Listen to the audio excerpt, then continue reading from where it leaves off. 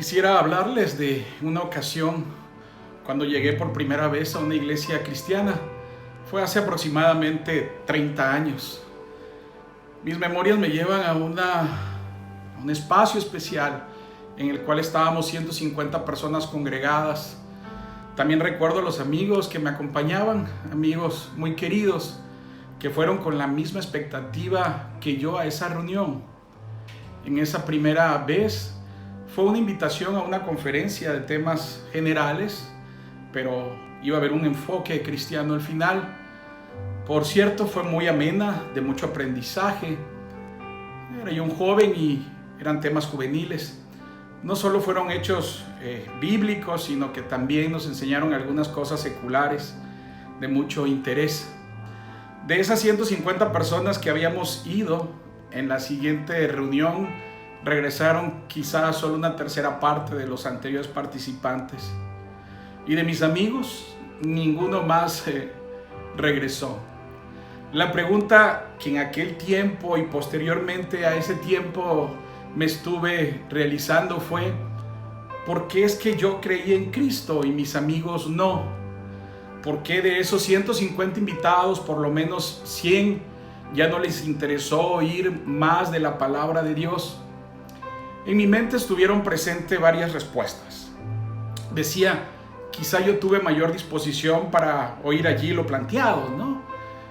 Quizá porque yo tenía una mayor facilidad que los demás para prestar atención a lo que se enseñó.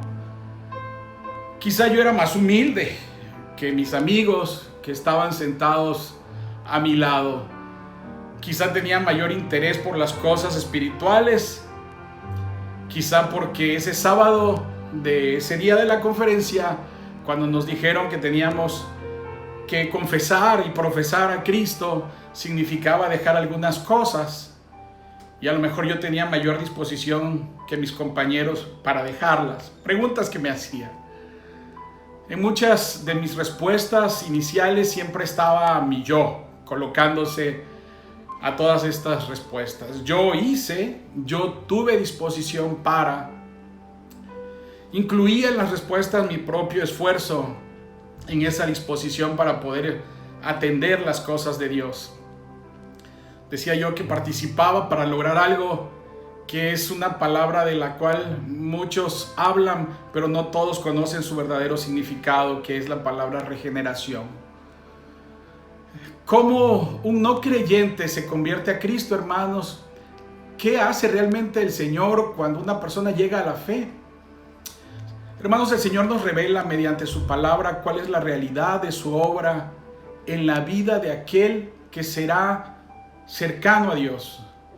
Mis ideas estaban equívocas. Todo lo que yo había respondido era mentira. Yo no tenía ninguna participación en la obra del Señor. Y fueron borradas estas ideas de tajo mediante la Escritura. El pecador no puede agregar algo más a una salvación que solamente está dispuesta por Dios, donde Él hace toda la obra de regeneración. Entendí que la salvación es una obra unilateral que Dios hace, que pone tanto el querer como el hacer en todo aquel que Él mismo regenerará. Mis preguntas fueron respondidas por Dios rápidamente en ese punto. La que formulaba inicialmente sobre si yo participaba en algo fue aclarado cuando entendí que es solo Dios quien cambia el corazón del pecador.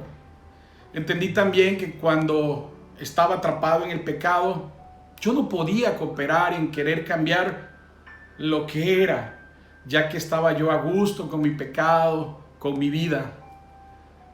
Esta vida mundana y juvenil que me encantaba. Cuando pasé de la muerte espiritual a la vida espiritual, solo Dios fue el que regeneró mi corazón. Pero mi idea inicial, que yo tenía alguna disposición superior que los demás asistentes de esa reunión, se evaporó como agua de lluvia en el campo cuando encontré lo dicho por Pablo en Efesios 2. Y Él nos dio vida cuando estábamos muertos en delitos y pecados. Entendí que no es que estuviéramos muertos por una cantidad de pecados determinados, sino por la naturaleza misma con la cual nosotros nacemos.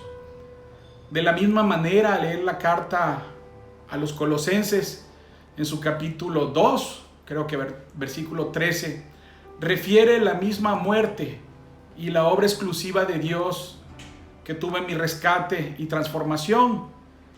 Señala que cuando estaba muerto en mis delitos y en la incircuncisión de mi carne, Él me da vida juntamente con Él, y dice que nos perdona todos los delitos que habíamos cometido.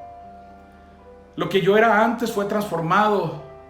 También me decía Efesios 5, porque me dice que antes era de la tiniebla, pero ahora soy de la luz en el Señor, y que debo de andar como hijo de la luz.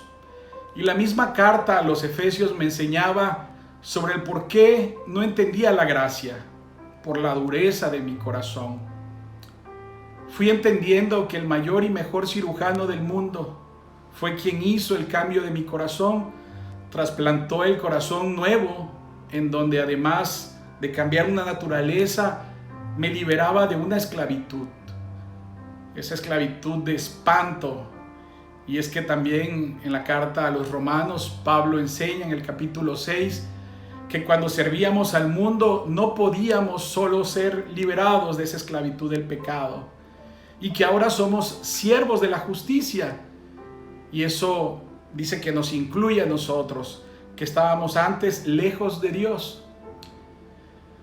Eran el pueblo de los romanos y nosotros, los pecadores, separados por nuestros malos pensamientos y acciones. Habla de las dos cosas, pero que Él ahora nos reconcilia mediante la muerte de nuestro Señor Jesucristo, y como resultado nos traslada a la presencia de Dios, y que ahora somos santos, libres de culpa, y que podemos presentarnos ya sin ninguna falta ante Dios.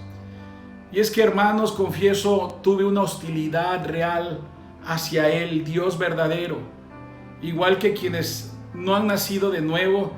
Y es que el Señor nos ayuda, porque antes tenemos una idea de que Dios no es el Dios que dice la Escritura, sino que nosotros imaginamos uno que queremos además que sea como nosotros queremos que sea. Ese Dios de la Escritura requiere obediencia y entrega, y nosotros lo rechazamos. Pero Él por su obra nos hace amarlo, aquel que antes odiábamos y le dábamos la espalda. El nacer de nuevo se nos habla en el proceso de conversión. Es un paso, un requisito. Y sabemos que la nueva vida, que ahora es eterna, es un don de Dios también. Romanos 6:23 me confirmaba que Dios tenía la exclusividad en la obra. Nada estaba yo haciendo de mi parte. Y la Escritura dice que la paga del pecado es muerte, pero la dádiva, un don, dar de Dios, es vida eterna en Cristo Jesús, Señor nuestro ya. Comprendan, hermanos, que la palabra original de este pasaje es harisba, que significa don, el don de la redención, una posesión dada al creyente. Yo recuerdo mi soberbia, en mi rebeldía, cuando ante algún problema enfrentaba a mi padre de manera retadora, diciéndole que al final yo no pedí venir al mundo. Y efectivamente nosotros no decidimos nacer, no aportamos nada en nuestro nacimiento, fueron nuestros padres por su voluntad. Estoy hablando del nacimiento humano. Ellos no me pidieron permiso para que yo naciera. Obviamente yo no existía en la vida. Fue por la voluntad de mi papá, de mi mamá, que decidieron tenerme, y obviamente por la voluntad de Dios. No fue mi elección este nacimiento natural, pero tampoco es mi elección el nacimiento espiritual. Yo no coopero absolutamente en nada para que Dios me otorgue nueva vida. Si yo no existo, no puedo hacer nada. No tengo vida espiritual hasta el momento que Dios nos la da, que me la dio. Yo no deseaba nada con Él porque no le conocía, no tenía una relación con Él, no deseaba nada espiritual, sino que deseaba lo del mundo, lo que me daba en esa juventud del mundo, la carne. La habilidad de querer estar en las cosas de Dios el tener la voluntad de aferrarme a Cristo, Dios la puso en mí. En el tiempo que Él lo deseó, Barry Cooper de Ligonier pone un ejemplo. Una persona está sufriendo un ataque al corazón y está a su lado un desfibrilador que va a permitir resucitarle. Solo que estos no se autooperan, dice. Necesita que alguien los ponga en el pecho del que está sufriendo el infarto, que le dé la energía para que mande la electricidad que le va a dar un nuevo impulso al corazón. Alguien que ponga las paletas en el pecho para que ese corazón vuelva a latir. Y es así como Dios opera. Nos pone las paletas para que este nuevo corazón que Él nos ha puesto empiece a latir. Pero el infartado no lo puede hacer. Quizás dices, nací de nuevo cuando puse mi fe en Cristo, pero hay un problema. Uno por sí solo no puede ir a Cristo. Y esto no lo digo yo, lo dice el Evangelio de Juan. Dice que cuando solo somos carne, la palabra de nada aprovecha para que se oiga.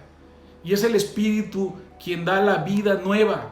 Además, el Señor sabe quiénes son los que desearán estar con Él. Dice los que creerán. Juan 6:65 nos dice que nadie puede venir a Jesús a menos que el Padre que lo envió lo lleve. Si dices que puedes ir y escoger por tu propia voluntad al Señor, este verso señala lo equivocado que estás, hermano. La fe auténtica no es un asunto de la decisión humana. Es Dios obrando soberanamente en la elección para salvación. La regeneración es, pues, un paso anterior que debe suceder antes de llegar confiadamente a Cristo. Juan 1:12-13 nos dice: pero a todos los que le recibieron les dio el derecho de llegar a ser hijos de Dios, es decir, a los que creen en su nombre, que no nacieron de sangre, dice, ni de la voluntad de la carne, ni de la voluntad del hombre. Es muy claro, no es por nuestra voluntad, sino de la voluntad de Dios. Repetimos, no por la voluntad de su carne, sino por la voluntad soberana, divina, exclusiva de Dios. Demos gracias al Señor porque Él nos ha regenerado, porque hemos llegado a Él, porque el Señor ha hecho toda la obra misericordiosa de perdón, de justificación. Dios es bueno, hermanos. Demos gracias al Rey de Reyes.